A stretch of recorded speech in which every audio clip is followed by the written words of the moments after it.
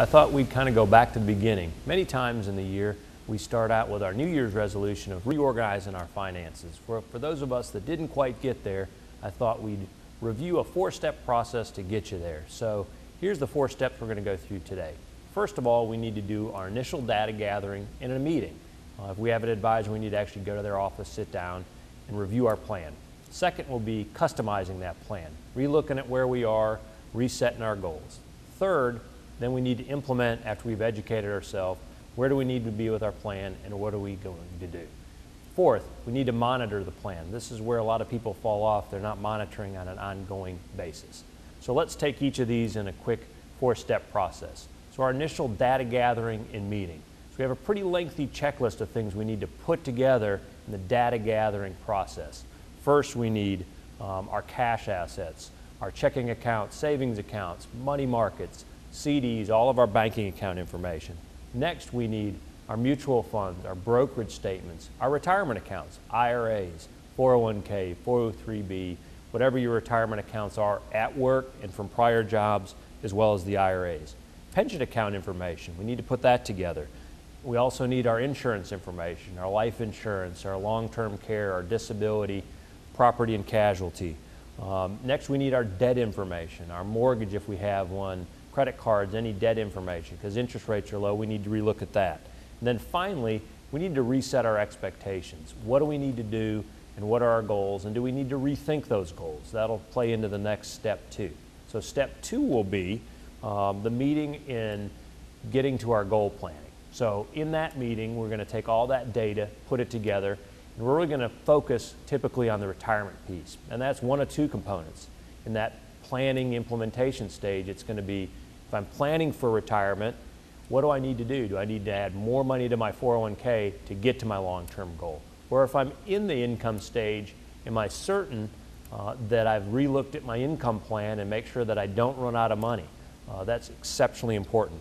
In that meeting as well, we need to relook at our assets. Am I correctly positioned based on where we're at economically right now?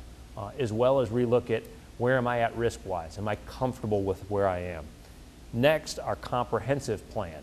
Have we relooked at our wills, our trusts, again, our debt, our insurance plans? So do we need to look at that? Could we maybe find some cost savings or better plans for insurance, or relook at our wills and trust planning? And then finally, educate yourself on outside investment options. So if you have an advisor, they should be doing that, giving you new ideas, bringing that to the table. Or if you don't have an advisor, you'll have to do the research yourself. So step 3, implementation. We've looked at where we're at, where we're going, educated ourselves on options. What do we need to do from an implementation standpoint? Well, first of all, if we need to change accounts, we need to figure out how do we do that account transfer. If we have retirement accounts that we've sort of forgot about at prior employers, how do we roll that money over maybe to our IRA to relook at? Retirement plan distributions. Are we taking distributions periodically if we are retired?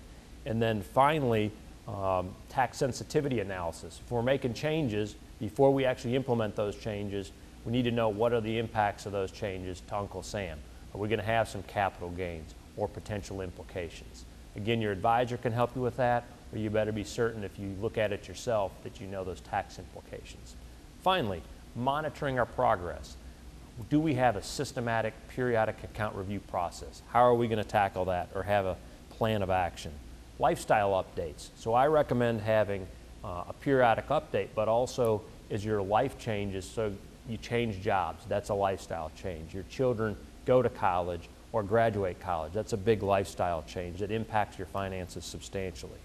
For my retired clients, we need to think hard about our strategy around required minimum distributions. We spend a lot of time with clients looking at how do we manage that required minimum distribution for our retirement accounts if we're over that magic 70.5 age. And then finally, performance reviews. Am I reviewing my performance? How have my accounts performed relative to the market and what's going on economically and relative to my comfort level from an investment standpoint? So these are 4 easy steps that are quite lengthy, but it really need to be a process and an ongoing process. You can see whether you've never done that process, it's going to even take more time, or if you have, kind of you go back to the beginning, but you don't have to start from anew. So I hope these are 4 steps that will be helpful to you in rethinking about your finances here in the middle of the year. As always, if you have questions about your finances or anything financial, please feel free to call or email me at our firm. Thank you for your time and have a great day. Great job as always by Jeff Fehrman. Now to our question of the week from last week. Do you think the city of Augusta should try to privatize some of its operations? Big question there. Jennifer says outsourcing always costs more. Angela says yes, let's send away jobs that'll help our local community. Idiots. Sorry, but this should be illegal. Thanks, Angela. David says only if it turns out to be good for this city and most people who live in it. But privatizing some operations in a city has not always turned out to be good for the city, some people, and throughout some of the USA. Here are some examples. Problems from poorly conceived contracts can create cost increases that surpass the cost of in-house services. And if there's shoddy contract oversight, any city could be vulnerable to corruption and profiteering. The privatization of public services can erode accountability and transparency and drive any city deeper into debt. There have already been some problems privatizing operations in Augusta, Georgia, and throughout some parts of the USA. Thank you, David, Angela, and Jennifer. We appreciate that. Now, this week's question of the week, what does it mean to you? Take a look at this video, lightning that hit the CSRA this past week, and watch it. Watch that spotlighted area. What is that? What is that thing flying out of the lightning? A ghost? A stick? A bug? What is it? What does it mean to you? Something paranormal? A bird, a bug? Or something else?